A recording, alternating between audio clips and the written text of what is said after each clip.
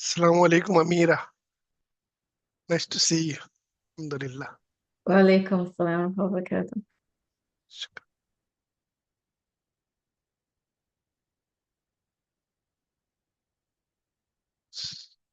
Assalamu alaikum, Shani. You have a beautiful that cactus with a heart. Alhamdulillah, alhamdulillah. I saw it sometime when I was walking outdoors, and I don't think it was natural because I think like an animal or something took a chunk out, a bite out of the right spot, and then it kind of healed and looked like a heart shape. But I was like, SubhanAllah, it's so beautiful. And I Subhanallah. thank you. Hey, Shani, I have a question for you. Do Yes, you moderate the Lanterna community? I do not. No, I'm kind of familiar with the community, but I'm not like one of the admins or anything. Oh, I could have sworn I saw the same profile picture Yes, in the community. I'm one of the members in the Lanterna group. So maybe Oh, you saw a comment or something I posted in there. maybe I, that was it. I do help Sheikh or Hajj Hisham to do the Quran recitation group. So sometimes post as an admin in there. You might have seen something Yeah, in that there. that that, that was it. That was it. Okay, okay, yeah. Okay, I That's just the wanted to extent double of my check. involvement. SubhanAllah. Yeah, alhamdulillah.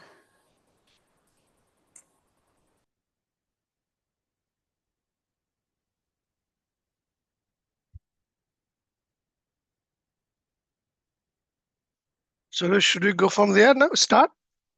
Okay. أعوذ بالله من الشيطان الرجيم. بسم الله الرحمن الرحيم.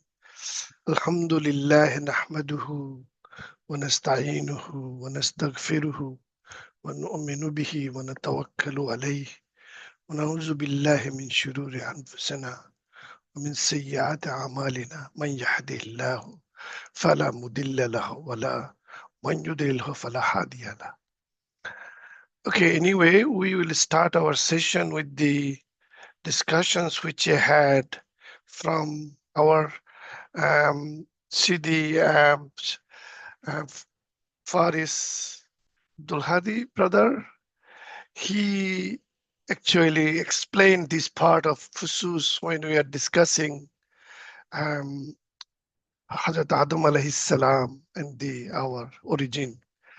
So it is linked to our discussion today, which we discussed last time. So the reason I wanted to start with this is because of this particular um, phrase, jami'ihi, Haqq, Khalq. And then this, of course, al-majmu. So these are the few things I highlighted. and that is linked to knowing ourself. And that's what here Ibn Arabi saying who we are. So as you see, فَمَا جَمَعَ اللَّهُ لِآدَمْ بَيْنَ يَدَيْهِ إِلَّا تَشْرِيفًا. The sharif, that ennoblement, that is the beauty of the human, the ashraful makhlukat, the best of the ahsan taqweem. That is the beauty which God has incorporated in us with his two hands. And then here he's explaining wama huwa illa aina jam'ihi baina suratain. We have two surah. That is the another understanding we have to understand, that the surah you see is one only, Surah Al-Alam. But surah you do not see is the Surah Al-Haqq. That is built into us, Surah Al-Haqq. That is the two hands. Wahuma yadal haq, ya yadal, two hands of haq. That's what I explained the other verse in there. The wama khalaqnal insana and khalaq samawati wal ard wama bainahuma illa bil haq. So that's haq is the other part of us. Fama sahhat al khilafa illa لِلْإِنسَانِ كَامِلًا. So that's why he gave us this khilafah. And that's what he's saying here. The form of the world, form of the real, two hands, and then vicegerency only for perfect man. So that perfection, to what extent we can achieve, that's what our target. Because as you know, in earth, all these metals, they are perfecting to become gold. But some end up become iron, some end up become silver, but they're all useful in the world. That's how God wants us to be as well. Some of us cannot, all of us cannot be gold. So, but we needed that perfection activity, and that is our built-in cognition system. We'll discuss that the fitratullah Allah has given us, that fitra will manifest in us to achieve that perfection. And of course, to achieve that, he gave us some built-in hakika, which is the fundamentals. Basically, the hajihil hakika, that is the dependence, iftikar. Iftikar min al-alam ila al-haq. So from this dunya, we will always have a dependence on that haq part. And without haq part, this part has no value. It is the shadow. And that is the part with the hikmah. That is called Fakad alimta hikmata nashata Adam. That is the hikmah of wisdom of the makeup of Adam. And what is that? That is the nashatul ruh Adam ani suratuhul batina. That is the thing, that the batin surah is the part which you need to understand, and that is the one which together united us. Totality. This is the majmu, the totality by virtue of which he merits vicegerency. So we have been given this khilafah, which of course gave us the status Ashraf, as I said, Ashraf, more sharif than the angels, because of which angel, of course, had to do sujood to us. Of course, that's why we have to do always in sujood, and sujood is the ultimate humility.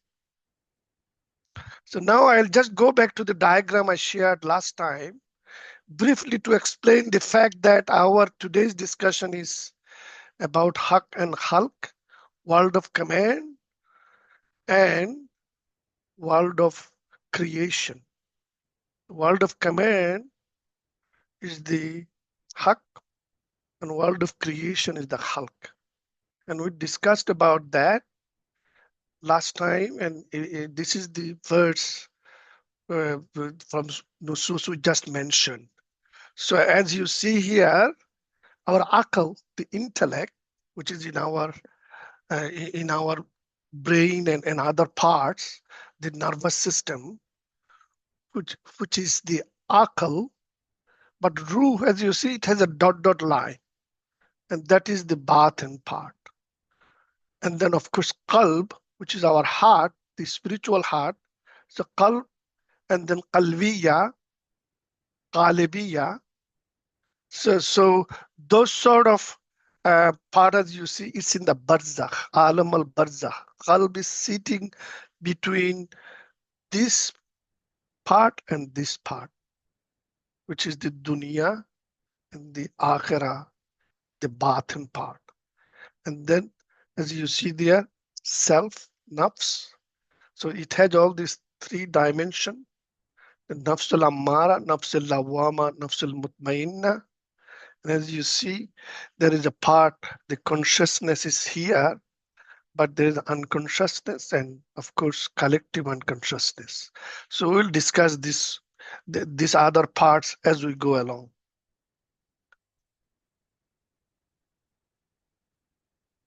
Now go to this one. So here we will actually discuss a little bit about this book. Last time I have showed the outline of Quranic psychology book. Today I'll show the outline of this God's will be done. So our soul is nothing but God's will. So because God desired to disclose himself, and as you see, he created the universe, which is the macrocosm of us, and the microcosm is us, the human being. So we have all these levels of psychological levels. So there is a threefold division, a human self. So spirit, which is blown into us. And then we have given this built-in tabiyat, nature, which is the tendency in us to live, to preserve the individual, to preserve the species. So we have the lust to live, lust to find out that we needed to, we needed to continue our living status. So that's why it is haram to suicide. That's why God has told us we are not supposed to end our life. Just sacrifice ourselves, because that is not something part of our nature.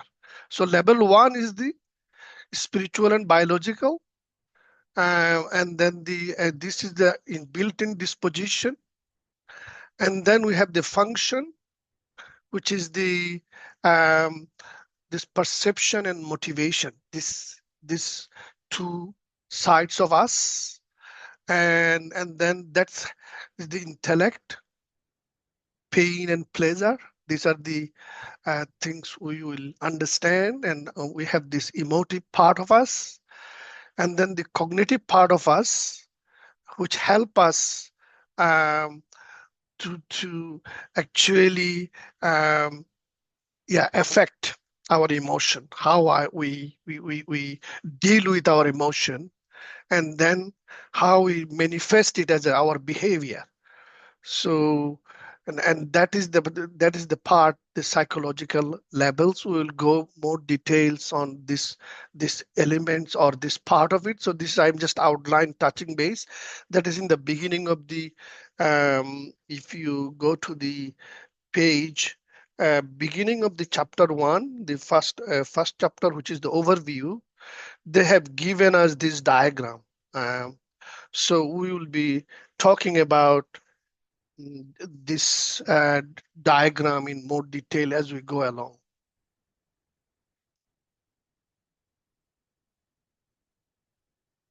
The other part is this part I just wanted to mention about, because we just said divine spirit is blown into us. So we know that angel of death comes to take our soul, but we don't know much about angel of birth.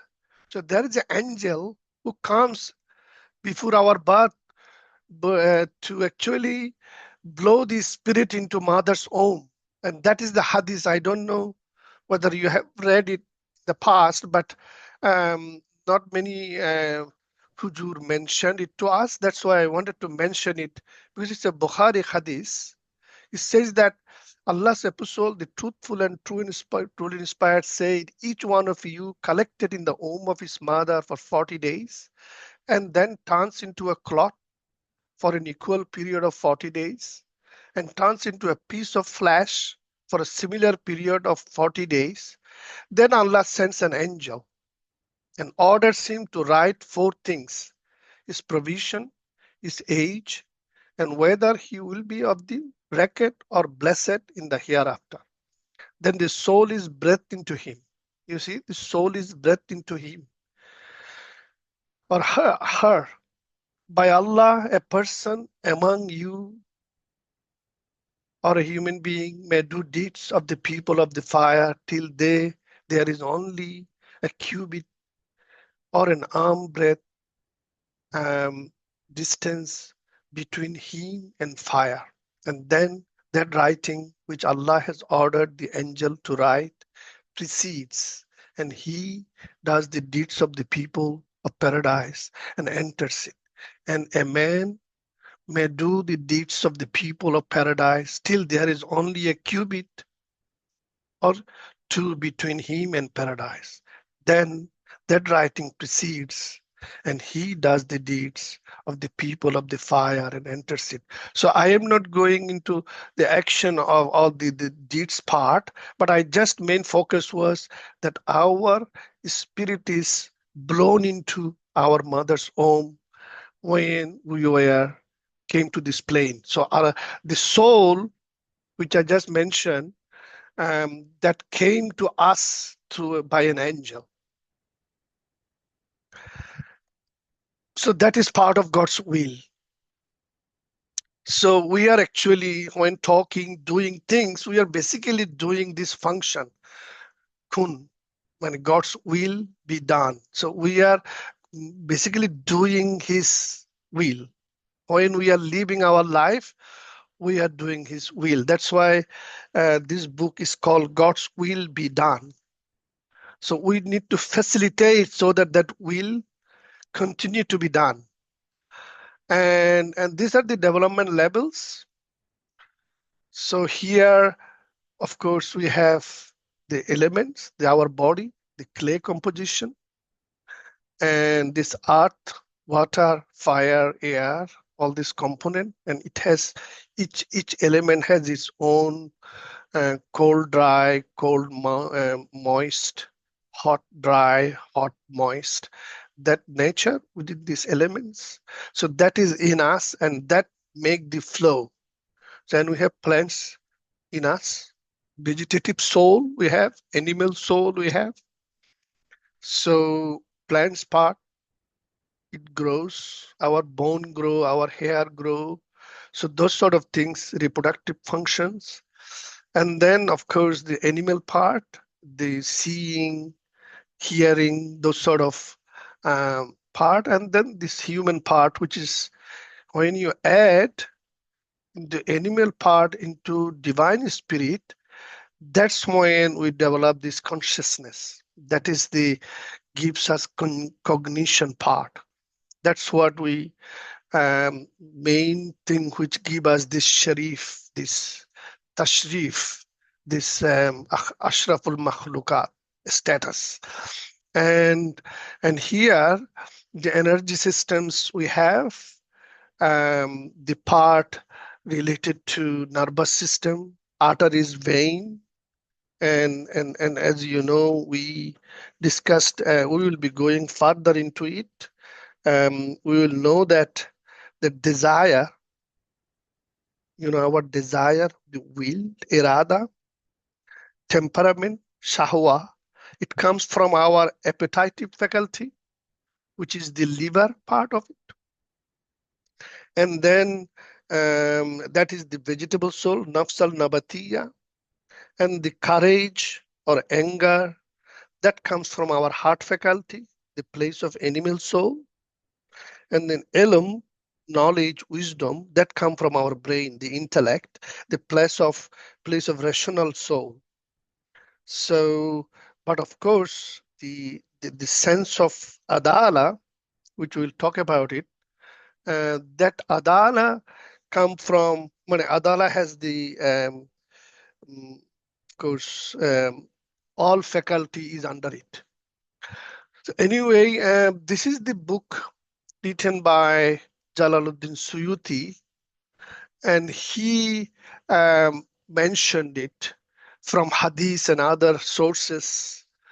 He compiled the human constitution. And of course, Ibn Sina also used this, and many others. And later, I think Ibn Jawzi also wrote another book on this Tib al-Prophet. So here, as you see here, again, it's just saying 7 components in our constitution. The first part is the 4 elements. Second part is the temperaments, which I just mentioned. And it has 9 in number. We'll go into details later. And then the one is the four humors, and the fourth is the fundamental organs, the three I just mentioned, the liver, heart, and brain. And then the fifth part is the spirit, which we mentioned the angel brought us and put into our body. And then sixth is the faculties, three in numbers. Yeah, of course, this is related to faculties, the natural, vital, and neural. And then the seven, the last component, and which is the functions, the kuwa, shahwaniya, gadaviya. So these are the two. One gives the attraction to pleasure, another gives the avoidance of pain. So this two kuwa has been given to us, built in as a part of the seven constitution. So now I'll just go into this part, the Quranic, no, this part. This is the existence. There's nothing that exists except divine existence. His actions are as forms and manifestation of his names and qualities. First goal in knowing ourselves is to know that we exist and that God is the existence, and therefore the source of the world of command and the world of creation, which we mentioned. So that our source is those two worlds, and the soul is physical in its origination. So as I mentioned, soul comes out of when the spirit is given into the body. That's when soul is born, and spiritual. As you see, soul is physical in its origination and is spiritual in its survival. So there's two part of the soul. The soul is bodily in origin, spiritual in its subsistence. That's the another description. And then there is a motion happens, the dynamics. All material substances, both heavenly and earthly, are essentially in motion, change and renewal. That is the Halqun Zadid. Our body is constantly in a state of change and motion within its substance itself on its return back to the earth. So in no two instance is it in the same. So no two instance is the same. Our soul is also continuous movement, evolving towards the goal of its return to the eternal and the spiritual world. So in Quranic verse say that we are toiling towards Allah from the day we are born. So we are toiling. Kadehan, the correspondence of the worlds of the form and meaning. The God created in the world of form whatever he created in the world of meaning. So as we all know, the everything on the world of seen has a root in the world of unseen. So which we just mentioned, that is part of our construction. The world of form and world of meaning both are interconnected.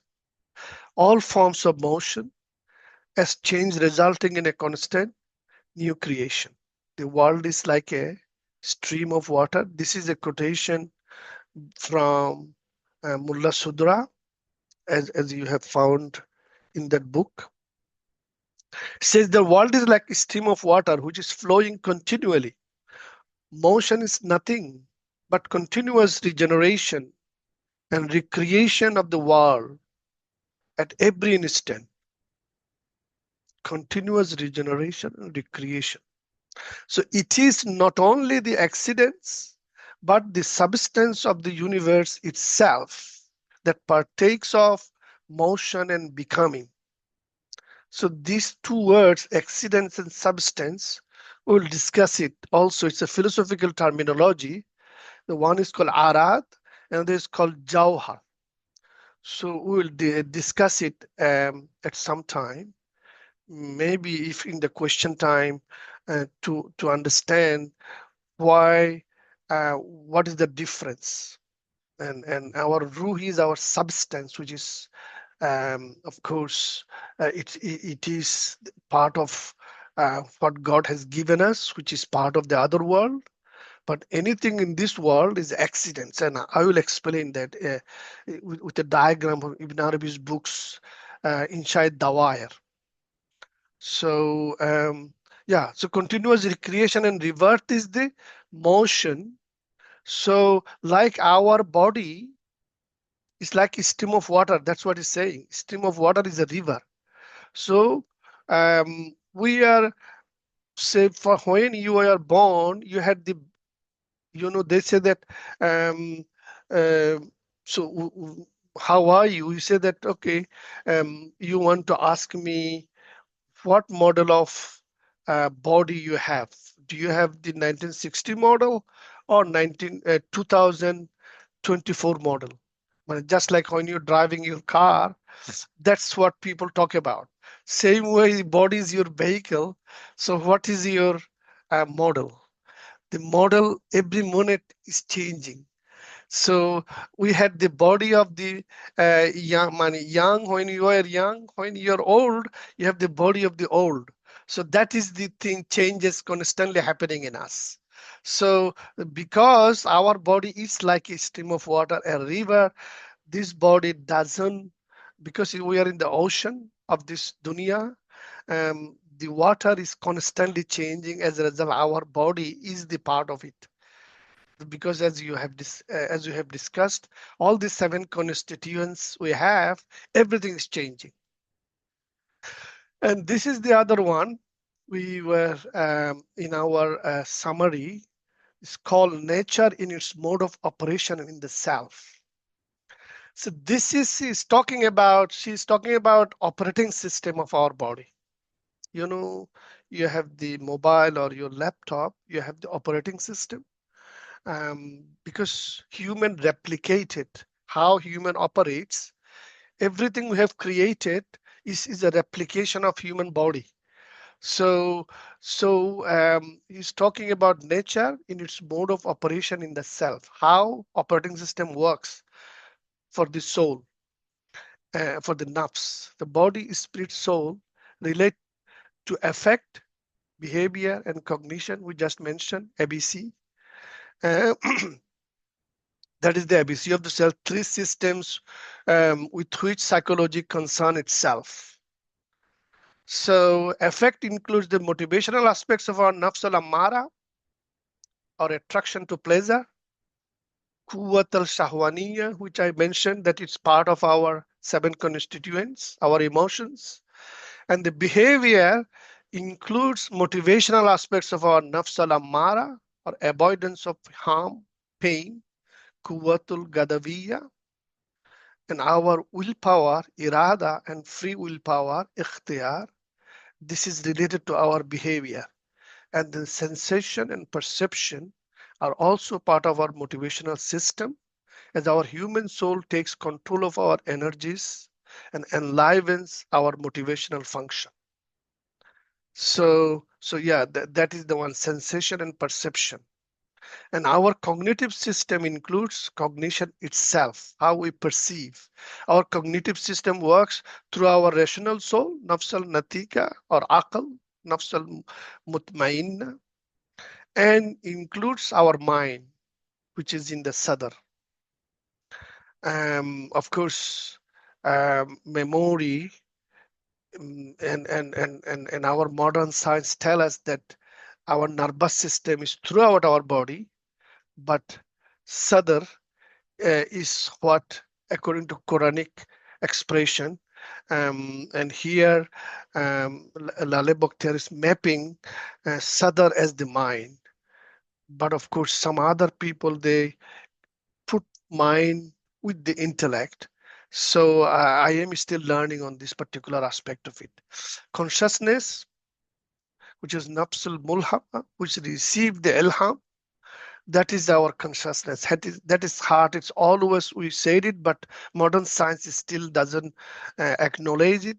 They say consciousness is in the brain, but it's not there. According to Quran, it is in the qalb. And then conscient, fuad, nafsal lawama, that's also in that same area as I said in the map. Reason or intellect, akal, This is the part, of course, shown Aql, as you see, it's in the both world. It has the car between those two plane.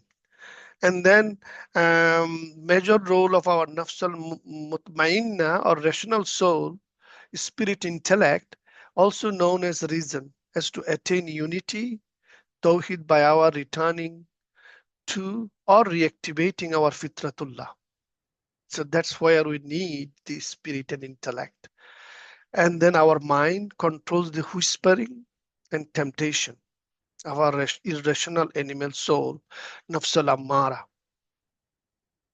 So, Tirmizi, Hakim Tirmizi says, Shaitan has no power to whisper into qalb. He can whisper only in the sadr. If we can keep the door of the qalb closed, then we can keep our qalb, of course, safe from the staining, corruption. So, and how we do it, there are a lot of methodology we'll discuss as a part of it. And in addition, we are blessed with our nafs al-lawama, fuad, conscience, and our nafs al-mulhama, which is the qalb, the struggle of our free will power, ikhtiyar, consciousness, conscience, and reason with our patience in order to perfect the self is considered to be the greater struggle. So that is the struggle we will be doing, and that's why we are in this course, going to learn how to manage this patience with our willpower and the choice. So now we'll go into this covenant, why we have been given all these options. So we know the covenant we had the day of Alasto, when we are in Alam Arwah. We have been given, we have been asked about, am I not your Lord? And then we all confessed and accepted Allah's Lordship. And then, of course, Allah has entrusted us with that Lordship in us over the universe, but at the same time, the servanthood. So here in Quranic verse, Allah subhanahu wa ta'ala is saying, we offered the trust to the heavens and the earth and the mountains, but they refused to carry it and were afraid of it. And the human being carried it. So we have taken it. Human response to the divine call of protecting his trust is to become his vicegerent on earth and thus submit to God, which is literal meaning of Islam. That's we all know. Following the commands of God's signs in nature and within ourselves, we are responsible for carrying out God's will so that all of nature be allowed to balance or center ourselves by completing the perfection of nature in its mode of operation, as another sign, which is the ayat, which says, we gave unto everything its nature and further gave it guidance. Rabbuna allazi ata kulla shayin khalqahu summa hada. So that is the one that Allah subhanahu wa ta'ala gave us everything we need. And also on top of it, he gave us guidance. For what? For carrying out God's will so that all of nature be allowed to balance and keep our mind, keep our heart and the soul. And we will have those discussion about the courage, wisdom, and how we'll use those to manage our temperament so that we can bring justice at the center. We'll discuss about that. So in order for a trustee to perform the trust and vicegerents to rule with justice and complete the perfection of nature, we begin by knowing the self, awakening to the self as it really is. So, and here, said, when your Lord said to the angels, truly I am assigning on the earth a vice regent.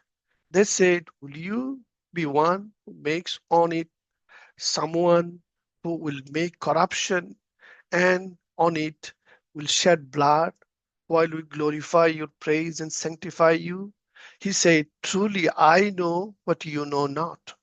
So that is the one, of course, we need to rely on. That's why that guidance is part of it. So we have this nature, which angels even knew, that we have this corruptive mind, which pull towards us corruption. But how we keep our keep us away from it, that's what we'll be learning. So the weighty burden of trust, this amana we have been given, placed upon us, the trust and responsibility to roll according to the God's will and purpose and His pleasure. So that is the one we have to achieve. Our that is our goal, to rule with justice, to rule the soul, to rule our body, the kingdom, human kingdom with justice is our main target. So with that note, I just conclude here. Um, Now I'll just go into our discussions phase. Um, so I, of course, didn't read the conclusion, which is basically wrapping up, which is that slide which um, I did prepare it, but I didn't go through it. So it's basically we're just recapping what we said. The nature in its mode of operation in the self, divine nature and human nature we have. As we know, last time I have mentioned that we Ibn Arabi was saying, God give me governing power of my divine nature so that my human nature remains subservient. That is the prayer Ibn Arabi in his Monday prayer mentioned that in Saluka, that I ask you to give me this governing power, Mudabbir. So that is one of the uh, thing we have to mm, always work towards. And then touched on the book, we briefly touched what is the topography, structure, and dynamics. That is the main three part we will cover, and 7 components of constitution. And then, of course, we said that we are in constant motion, and our whole body, whole universe is moving like water is flowing. And then, of course, divine covenant and trust and the established justice of the soul. So that is our main target of today's lecture. Let's go into the discussions.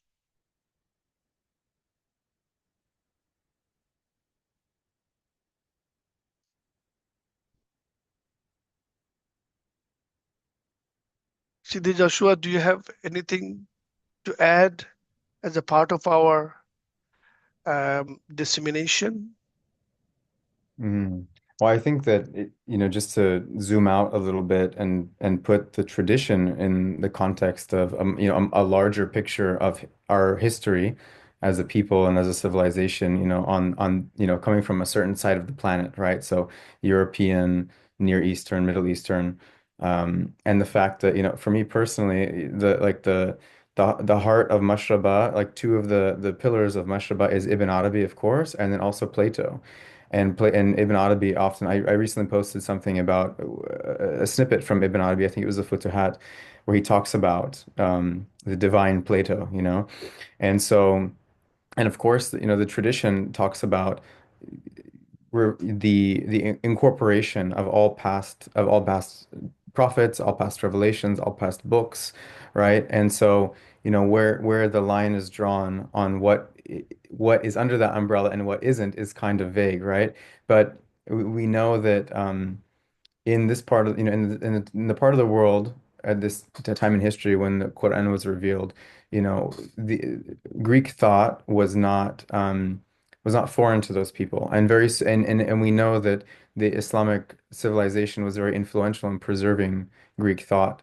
And so some of these topics that City Noor is talking about, we would call it the tripartite soul, right? There are all these different ways to look at the distinctions in the soul, and the most common one is that tripartite one, splitting it into three different sections or levels. And this is something which goes far back into antiquity. Predominantly Plato spoke about this in the Republic, in the Phaedrus.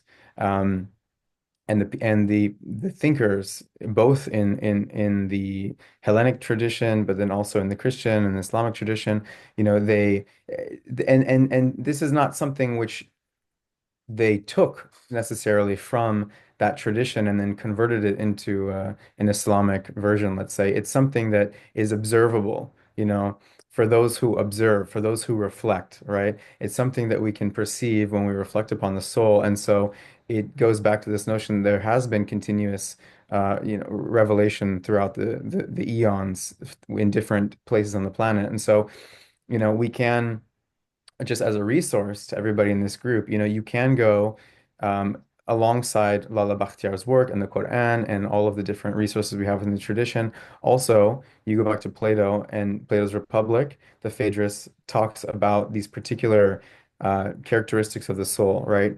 The irascible, the concupiscent, these different factors, the one which, and really he paints it in terms of a chariot that is drawn by two horses, right? And that the charioteer is the intellect, right? Which has to make sure that these two horses are controlled in a healthy way that will allow them to both like work together to move in the same direction that the charioteer, indicates.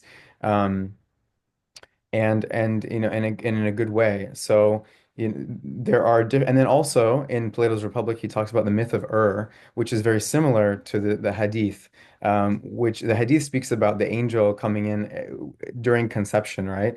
In Plato's myth of Ur, he says that the souls are given their sort of like their roles in life. They select a life path prior to incarnating on the planet. Um, so again, we can sort of juxtapose these different accounts of the nature and the evolution of the soul, taking bits and pieces from the different traditions, and so I just for anybody that's really interested in that, I think I mean there's probably plenty of other resources, and I'm hoping other people will share as well. But that's just that always comes to mind for me because I'm such a lover of Plato. Um, and yeah, I think other than that, I would say one question that I think probably a lot of people, and maybe I hope this sparks some conversation, and that is, how do we discern between desires that are coming from the hawa or the shahwa, the desires that are coming from that um, passionate element of the soul versus guidance that's coming from Allah subhanahu wa ta'ala, right? That's a huge question that I think really is at the core of all of our seeking is how do I because if I have the guidance within me, if I have Allah's spirit within me, then of course that guidance, that GPS system is built within me. And at the same time, there's something else, there are other voices speaking to me, other personalities or other personas, other masks, right, that are want me to go in different directions. And so um, some people are of the opinion, well, you have to just follow you have to follow your desires, and you have to experience them because if you don't experience them, right, if you don't process them in a way, then you'll never get over it, right, and you'll never learn what you need to learn so that you can get on your path. Whereas some other people might say you just have to do the spiritual warfare, you have to do the tazkiyah, right? You have to focus on remembrance of God and doing good things and converting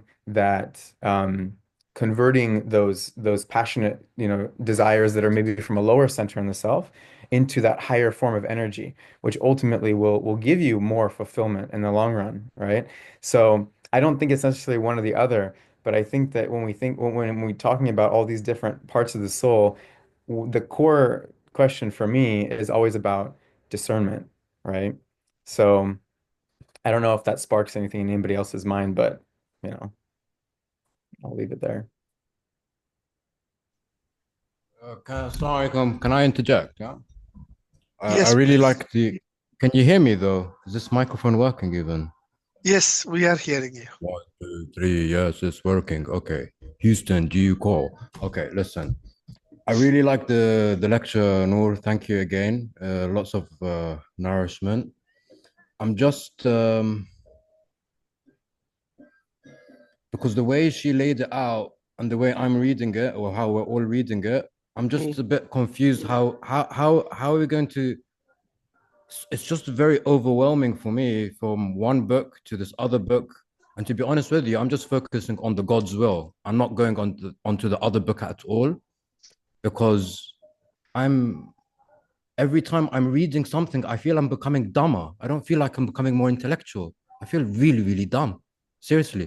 And I'm really considering of doing a metaphorical burning of all of these books. I want to go and live in a cave. I'm really overwhelmed. And Ibn Arabi, I don't like him anymore because he is making me get burnt a little bit. I don't understand what's going on exactly. And especially you're bringing always the Quran and the Hadith, so it's a very nice spiritual nourishment compared to the other people teaching the Enneagram. It's just very dunya based, I guess. It's not that spiritual. But the thing which was I really liked about the book and the God's will is that when she's talking about تشعيري والتكويني guidance, and there's always this reoccurring theme, and this is in relation to C.D. Joshua's point about is it the four cardinals of truth? Isn't it like this is something like Socrates talked about or Plato talked about? And I'm just wondering, my question is basically in an Islamic perspective and in line with Ibn Arabi's teaching, how does one gain these positive dispositions in daily life? If that makes any sense.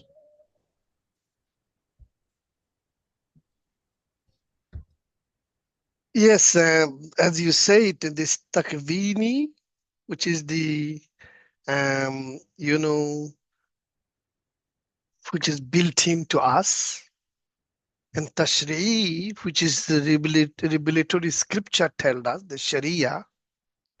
So we have the free will to choose the ikhtiyar to distinguish between positive disposition and negative dispositions.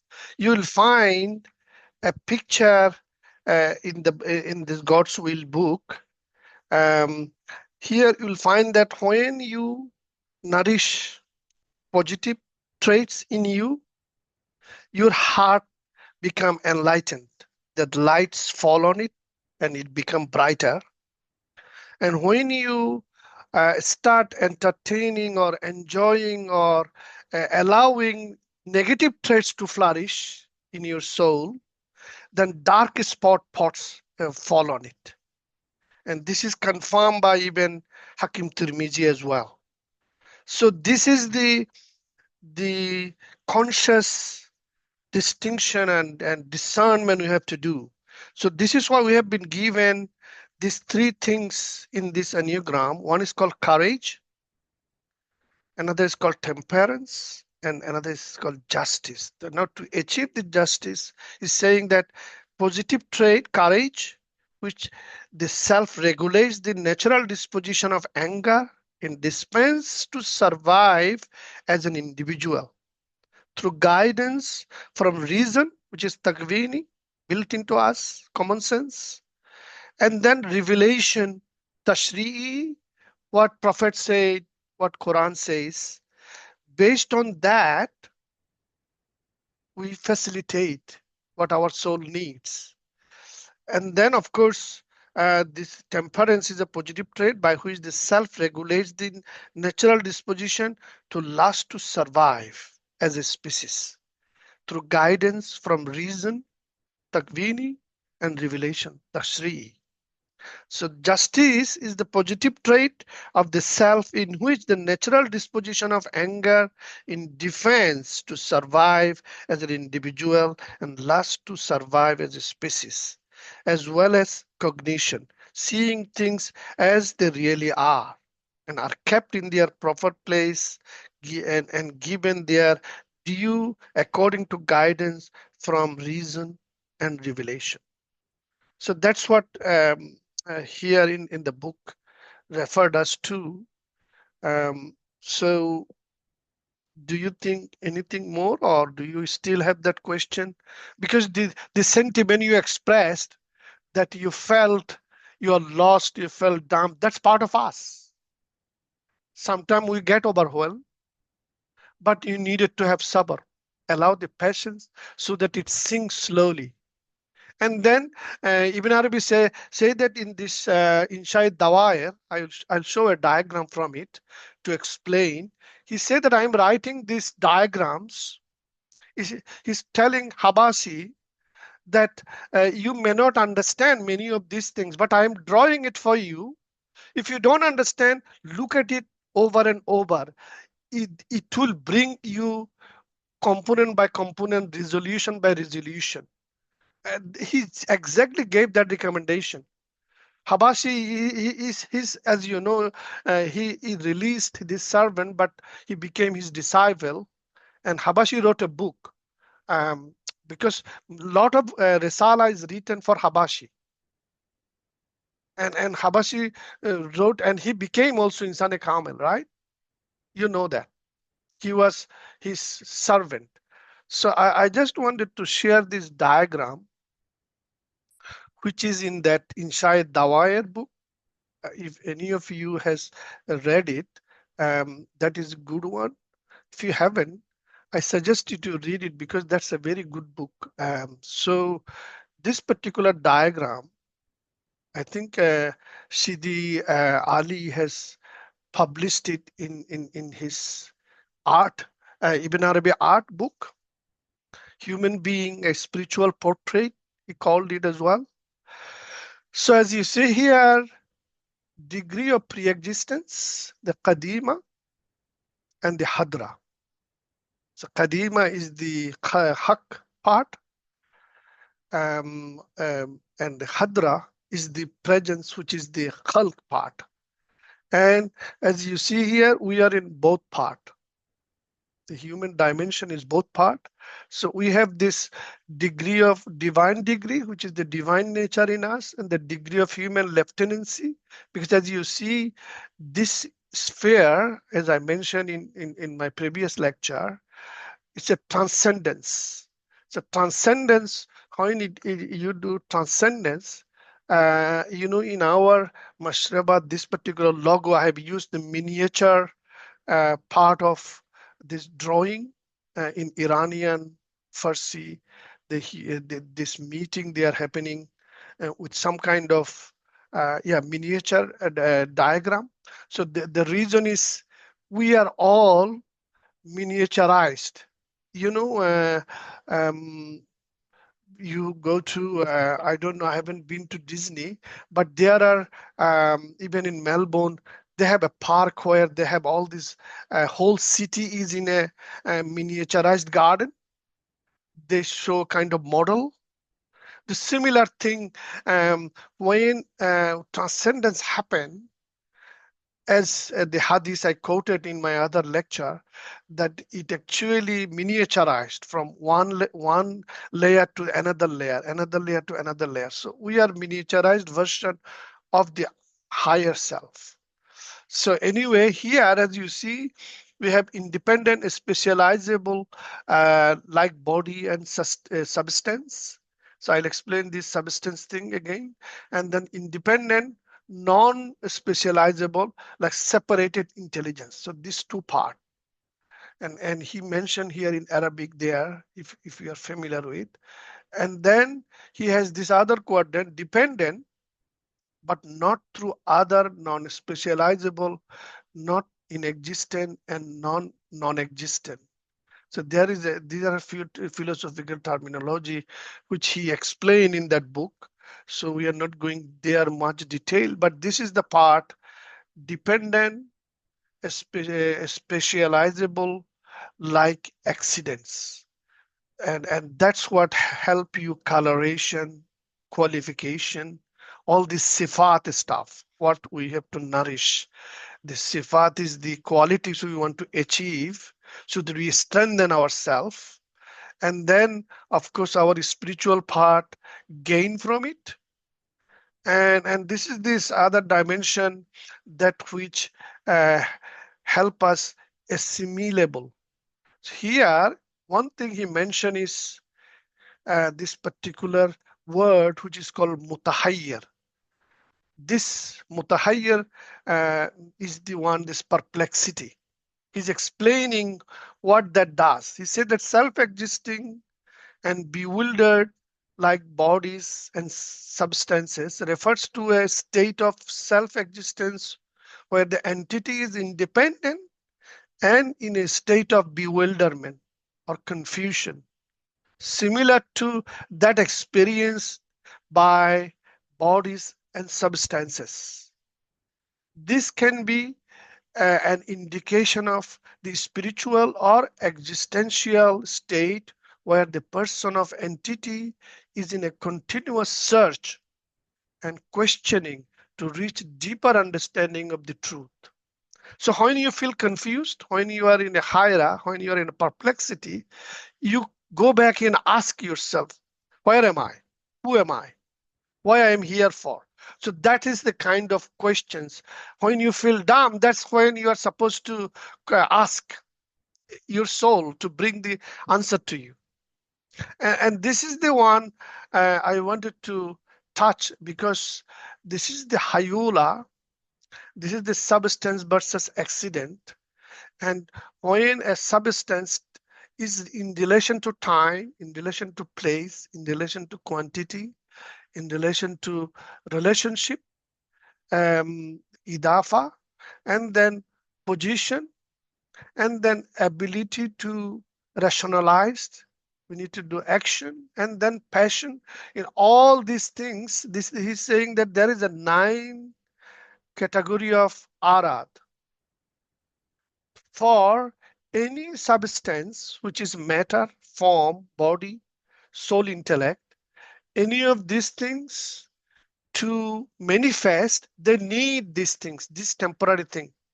For example, I am here, I have an ajal in musamma. My ajal, my period is defined, fixed period. So I am in a time and I am in a space. So time and a space is at the moment my accident. And that's why my body and my everything I am doing in this world is temporary. My lecture this time is for 90 minutes. So we are talking for 90 minutes. So that is an accident part. And any of these 9 things we need to express ourselves, to manifest ourselves as a part of our motion. And that's why he's saying that Hayola, the primordial matter, which is our Ruh, which is the Unsur al-Awwal, came from there, Unsur al-Khalq. This concept represents the initial undifferentiated substance from which creation emerges. Ibn Arabi describes it as the first mother, through which the divine essence manifests itself and generates the universe. It is the fundamental principle that gives rise to all forms and essences in the cosmos. So our body is a form. The USCD Faris Abdul Hadi was saying that because we have been given this iftikhar built in, and then Allah himself said that antumul fuqara ila Allah, when we have a need of food, and food comes to, and food become Allah, and water become Allah. And that is very really touched me, because this is how I understood this iftikhar. And that's why when Bayjid said, ask Allah, oh Allah, how can I come near to you?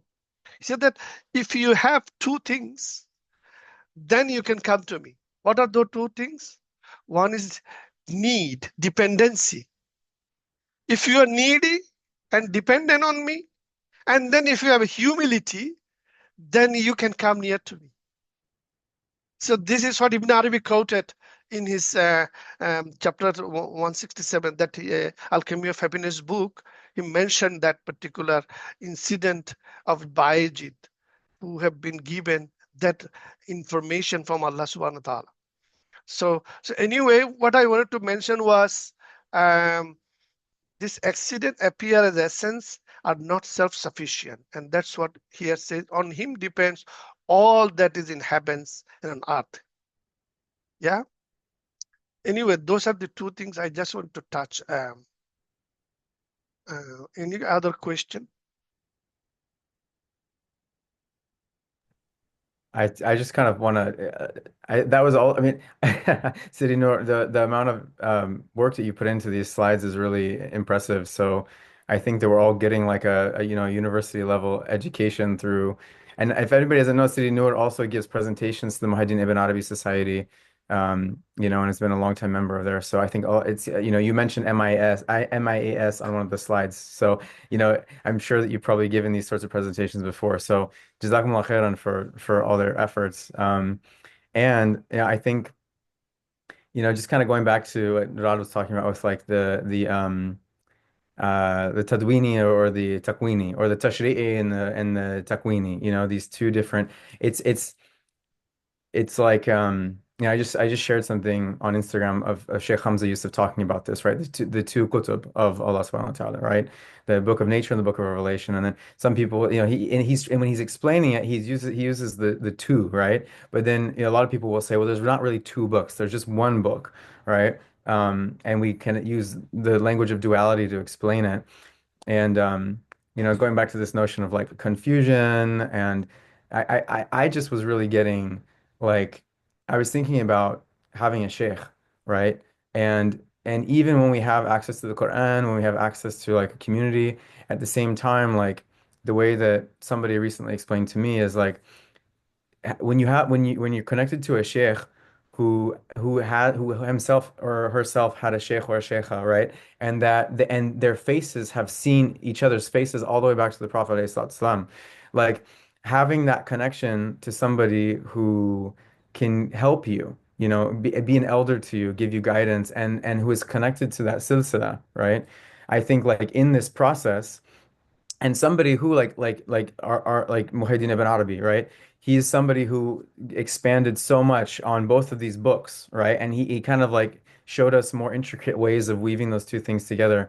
At the same, and it's, I think when we try and like navigate things on our own, at times, like Rad is saying, it can really feel overwhelming. And we have access to some, like, again, going back to Plato, Plato wrote also about, he said, he warned us about literacy. And he said that it can actually be a hindrance to you because it reminds you of things, but it doesn't, it actually is a detriment to your memory, to your remembrance, to your dhikr. And so, the access that we have to so much information actually can limit us in our spiritual development, in our relationship to Allah subhanahu wa ta'ala, right? So a living book, rather, Dr. Bilal Ware, Butch Ware, he wrote a book called The Walking Quran, and he spent time in West Africa with some of those shuyukh, and or Sheikh Hamza talks about, like in Mauritania, you have these people that will these young men that will spend like 15 years, 10 years of their early life memorizing the Quran, and then they'll go open like a little like a convenience shop on the side of the road or something, because for them it wasn't about accumulation of information or anything like that. It was about their akhlaq, and their relationship to God. So, I'm kind of like really coming back to that, the importance of relationship, right? And how we like, where do we go for guidance, right? And especially in the modern world when we're so bombarded with information, right? To be able to discern these different parts of the soul, and even these things you're talking about, it's one thing for us to look at them on paper, right? And see the mapping and talk, intellectually about the different, accidents, or these different nine elements, seven elements. But for somebody to really like know that from their heart and be able to inform somebody else with that kind, from that kind of perspective, that's something that you can't you can't get through an image replication. You know what I'm saying? You have to like really know, be plugged into a lineage that really is carrying that torch or that baton. So, anyways, I'm rambling on, but I just yeah, I feel like the importance of having a sheikh or a sheikha, is I'm just being reminded of that in all of this.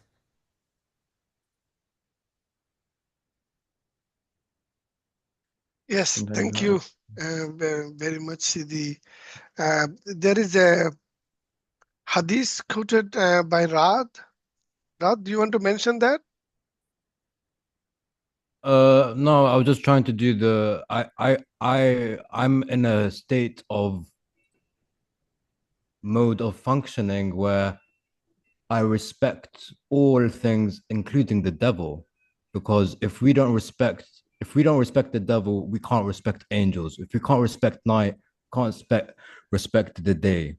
And maybe a lot of people will not understand that. I don't care, to be honest with you, because Allah knows what's in my heart. The other thing is regarding the desire. I loved everything you said, by the way, Joshua. It's I just have a supplemental thing. I always question who was Khalil Gibran's teacher, who was Plato's teacher, and don't tell me Socrates or Aristotle, but I feel like Plato, he learned from certain people, but it's his Plato's and Platonian, all of these people, they always had to do the tadabbur, the reflection, and especially that when it says it in the Quran explicitly that some people confuse the whole aspect of being too emotional, but obviously the Ibn Arabi is always talking about that equilibrium of, like, even this lecture right now, it is literally 80% mental. There's 20% of the Quran, the Hadith, whatever, but all of that text, whatever, it's a lot of information for me. I'm talking about me personally. Everyone else can find this very spiritual and very emotional, but for me, I'm taking information. So I have to naturally try and build that bridge and make that equilibrium, and that's my journey, my struggle. Uh, but I find it so nourishing for me to be exposed to this kind of element. Then I go to another element where it's all emotional. Then I go to another element where it's something else. So I feel like all of our paths are very different, but it's united in the end, and it's a circle. But I want to talk about the desire aspect as well, where I feel like Vatican priests, they go and fondle little children, not all of them, some of them, because they're suppressing this desire. They're sweeping these things under the rug instead of knowing thyself, confronting these things. And I think this whole essence of knowing thyself, especially like Ibn Arabi's book, I think it's called Know Thyself. It's just looking not even ourselves in the mirror, but looking within. And I feel like that takes a lot of tadabbur and a lot of patience and a lot of because this is terrifying. There's a lot of things in there that we don't want to know about ourselves, but we know about it. And it is literally the ostrich and the head in the sand. But we can come out of the cave like Plato, or, and try and find the light. But I don't know. I feel like it's an important thing to get to the desire, understand the desires, but it doesn't mean we need to do these desires. We need to just confront them like, is this right? Is this wrong? And then we get the guidance. We seek help, get to teachers, we get the sheikhs and all that stuff. Thanks. About the question on the relationship, actually, Lale Bakhtir mentioned in page 10 of the God's Will Be Done, two types of relationship for the self. That one relationship is the self and its creator guide, which is God, self and God. And second is relationship between self and one's fellow human beings. So self and God, to build that relationship, he says that you need to have two things. One is the knowledge, second is the action. And with that knowledge and action, I just want you to refer to that lecture we recently have by Pablo Beneto in the MIAS forum. He talked about how you do bring divine names or qualities in your life. So you need to know what name you need for a particular day or moment or to work on your soul work.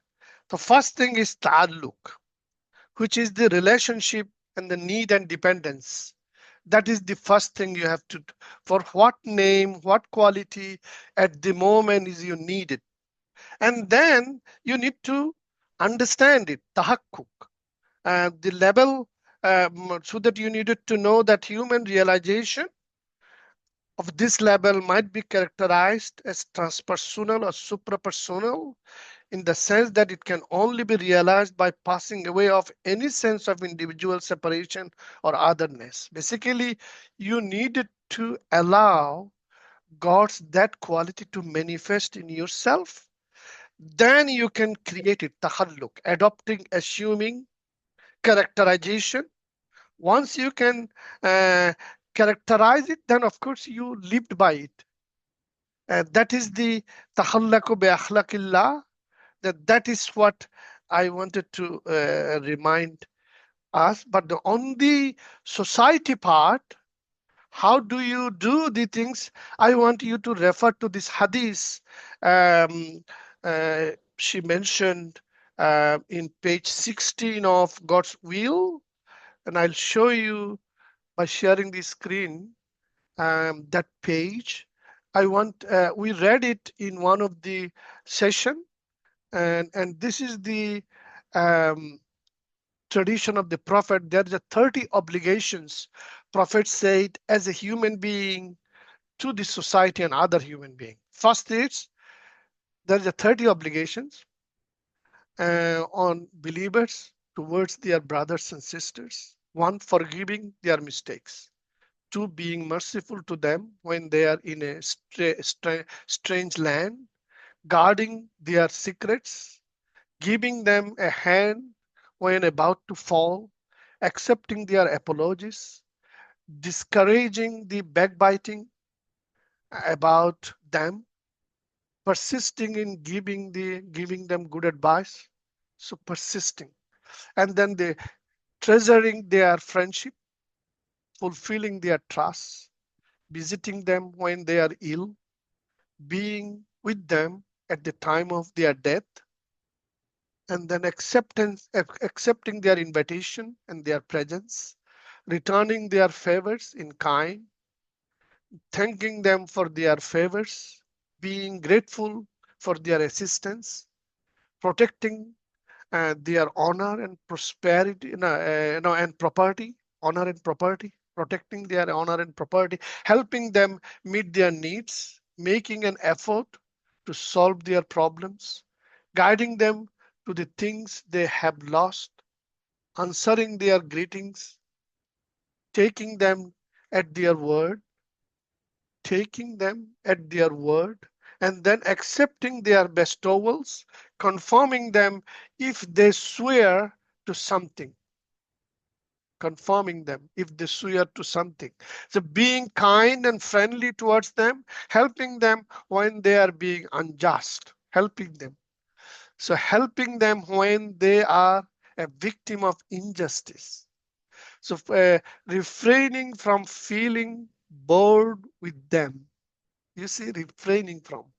If you have feeling of boredom, not forsaking them in times of trouble, whatever good you like for them, whatever evil you dislike for them.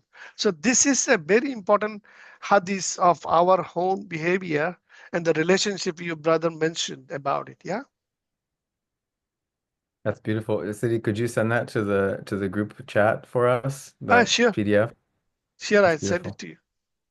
Yeah, it comes back to just like the examples of the prophets and the examples of the awliya, right? As like all of the hadith, all of the lives of the different saints, and et cetera, et cetera, et cetera.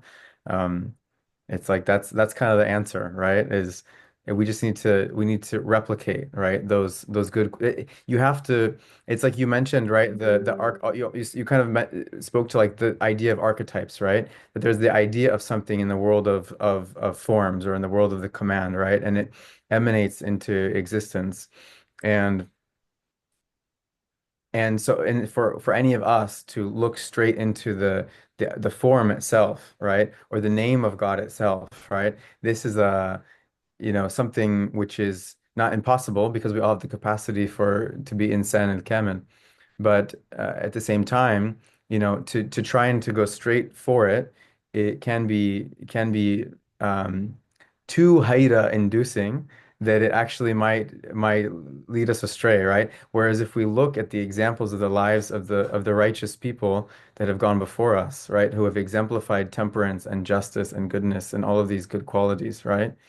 Then first, above all else, right, the Prophet ﷺ, this is the way, this is how we do it, right? So from an Islamic perspective. So I think I just there is a, like, Rod mentioned, there's a lot of material and information, and it can be intellectual, but I personally, I'm definitely feeling like an opening in my heart just from you listing those things, because I'm like, wow, like I have so much of this to work on. Just one of these things, I need to write on my wall and look at before I go out the door every day. So Yes. uh, Sorry, brother Noor, I would love to add something because you brought that I was just I was reading this section, like I've read that like more than 10 times now, because today I did something. I like to do personal thing, because this is today. I don't know why of all days. I've come back to Cairo, and I've left my parents' house and I'm at my place, and I'm doing this whole other routine. And I go to the coffee shop. The people there know me. I go to the Fool and Ta'amaya guy. He knows me. So today, of all days, I have no idea why. I was like, I'm going to do a Zakaria fast. And I wrote on a piece of paper in Arabic, Siyam, well, I forgot what it was called. Minna can tell me what it was. Siyam من غير صوت. I don't know, what is it called? الكلام. الكلام, yeah.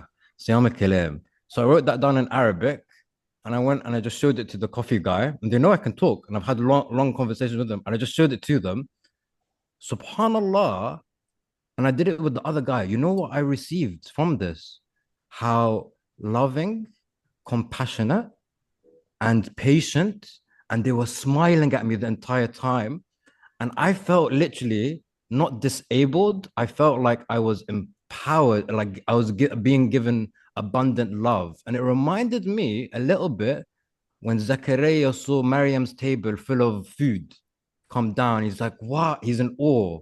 And I don't know, but I felt this kind of love. And I was like, subhanAllah. And I only managed to carry it on for 3 hours. And I went to another shop and I did it. And that place, they don't even know me. And they actually thought I was like mute, probably. And they just treated me in such a loving way. And it's not just, I don't think it's just Egyptians. It's any human. If I did that anywhere in the world, they would show that compassion. And I think that's the reflection we're trying to find from other human beings, that we can look at everyone, they're so bad and whatever. But when we do these little things, there's lots of lessons to be learned. Especially me, I was like, I need to learn how to shut up. I'm just gonna try this out. And alhamdulillah, it worked, but only for 3 hours. Next time, 3 days. That's good. That's how you gradually achieve the goal.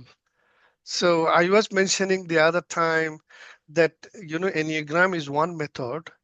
There are other method various people tried. So I mentioned about, 40 rules of love. There is this golden rule, silver rule, iron rule, that methodology as well. And I wanted to show you this one, which is, fit dunya hasanatan wa fil akhirati hasanatan.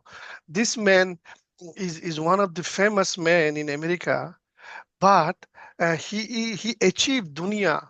So of course he achieved akhirat as well, maybe because we don't know much of his spiritual side. I don't know. Anybody heard of Benjamin Franklin? yeah. Yeah, just see how he did it in his autobiography. He mentioned, anyone can read this thing there. Um, can anyone read? I'll read it. I'll read it. Okay, okay, And then we can we'll finish after this. yeah. So he says he developed these at the age of 20 Mm, in the year 1726. mm. Uh, Temperance. Eat not to dullness, drink not to elevation. Silence. Speak not but what may benefit others or yourself. Avoid trifling conversation. Order. Let all your things have their places. Let each part of your business have its time. Resolution. Resolve to perform what you ought. Perform without fail what you resolve. Frugality. Make no expense but to do good to others or yourself, i.e., waste nothing. Industry. Lose no time. Be always employed in something useful. Cut off all unnecessary actions. Sincerity. Use no hurtful deceit. Think innocently and justly. And if you speak, speak accordingly. Justice. Wrong none by doing injuries or omitting the benefits that are your duty. Moderation. Avoid extremes. Forbear resenting injuries so much as you think they deserve. Cleanliness. Tolerate no uncleanliness in body, clothes, or habitation. Tranquility. Be not disturbed at trifles or at accidents common or unavoidable. Chastity. Rarely use venery, but for health or offspring, never to dullness, weakness, or the injury of your own or another's peace or reputation. Humility. Imitate Jesus and Socrates. You see. I wasn't expecting that. That was a nice surprise. So as you see, and Subhanallah. he distributed it this 13, and he trying 4 days each week. Money. See how he implemented this? He didn't try for all at once. Instead, he would work on one and only one each week, leaving all others to their ordinary chance, while Franklin didn't live completely by these virtues. By his own admission, he fell short of them many times. He believed the attempt made him a better man, contributing greatly to his success and happiness. That is the main thing, success and happiness. Yeah. So I just I'll show you. There is a project called Virtues Project. Even it's done by Christian Church, and there is a Virtues Islamic on demand. I don't know whether you have gone to their site. They also have published a very beautiful pamphlet on the Islamic virtues. So there are various people trying it different ways. So there are other options to improve the condition of the self, human condition, asan takbeem, to achieve that takbeem, to make it ahsan. Yeah, but there are so many of them, and if you look at this list, I'll share it in my group. There, here it's showing this Islamic virtues. It's all in Hadith books, and we have them. And if you look at, as you see there, there are so many of them: righteousness, generosity, gratitude, contentment, humility, kindness. So many of them. This is all from Hadith. This is the Islamic virtues. This is the one they have circulated to the people. So what I'm saying, many people trying this, and of course, the book written by Hisham Kabani, there is a book on it also, the science of self-realization, and he has listed all the positive traits and negative traits, how you work on them, and how various. Yeah. So we are actually gradually approaching that. I'm just giving all these examples so that we are not alone on this path. If we are going deeper, we will be going deeper. But at this stage, of course, we need to read it together and bring it various parts of our learning and share it. And that's what I suggest, as opposed to one person reading it and telling all of us versus each of us read part of it and share us, and then in that way we grow together. Is that a good option? Yeah. And I think I mentioned at the beginning, I don't know if everybody was here then, but the outline that we created, it's not accurate to the text. There were some errors in there. So we'll go back and break it down more appropriately for the different books that we're using and also think a little bit more about maybe Rad, also you have some opinion on this because you mentioned, using the one book versus the two. And so, we can talk about it later. So we can end now and we can in the chat maybe we can discuss. So everybody can weigh in. I mean, we're not a big group, so what everybody thinks is probably the best way to go forward. I know we have Sidi Noor with these incredible information and all the stuff he's providing is so awesome. And we can, with the text that we've agreed upon we can figure out a way to work through it in a way that is not too over, burdening anybody, but that makes sense. So, I can help by starting to kind of maybe put something into a document like we had with the outline, broken down by chapters and by themes, and then. If we want to just stick to the one book instead of the two, we can do that, or we can find a way to map them onto each other more efficiently. But everybody, please feel free to, not now, but in the chat, or we can find a way to do it in a generative manner. But yeah, from my side, thank you so much, Sidi Noor, for another beautiful lecture and a reminder of all those beautiful values and virtues that we can polish in our own souls. So, Jazakumullah khairan. Shukran. Assalamu alaikum wa rahmatullah. Many thanks for joining. Ma'as salam. Assalamu alaikum.